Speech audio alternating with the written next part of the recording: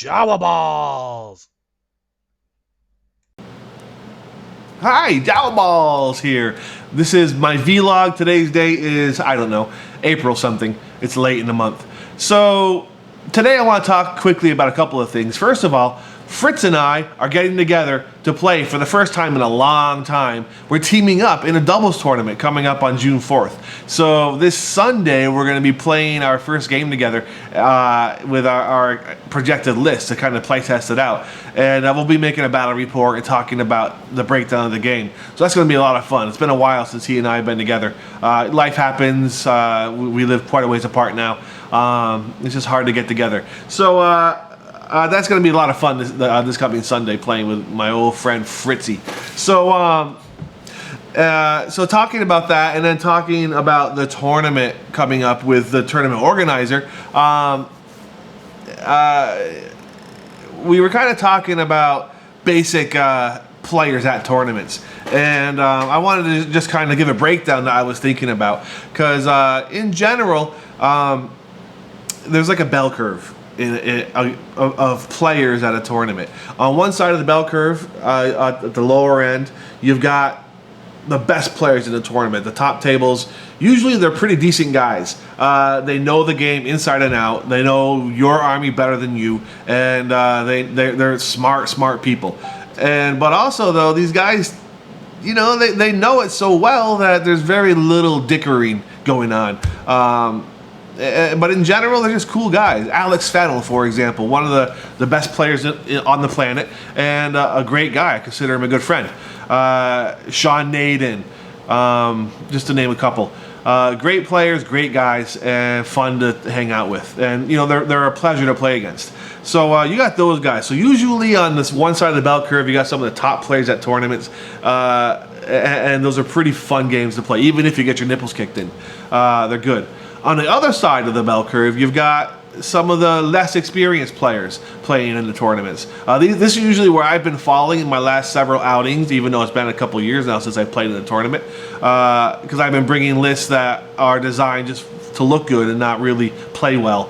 So I've been getting crushed. So I end up on the other side of the curve. And those games are usually very fun games, because you know, the expectations are low. There's not a lot of fighting for every inch and dickering over this and that. So those games tend to be kind of very fun as well. So on your bell curve, you got the very best players and the least experienced players, to say it in a nice way. So those games tend to be very fun on either side of the bell curve. It's the top of the bell curve where you have to watch out. That's where things get kind of dicey, because usually those are guys that want to be on the other side of the bell curve, the good side, and they're fighting you for every inch they can get, and they're fighting over rules. And to put it sadly, a lot of the guys don't really know the game very well, but they're trying to play the game at a very high level.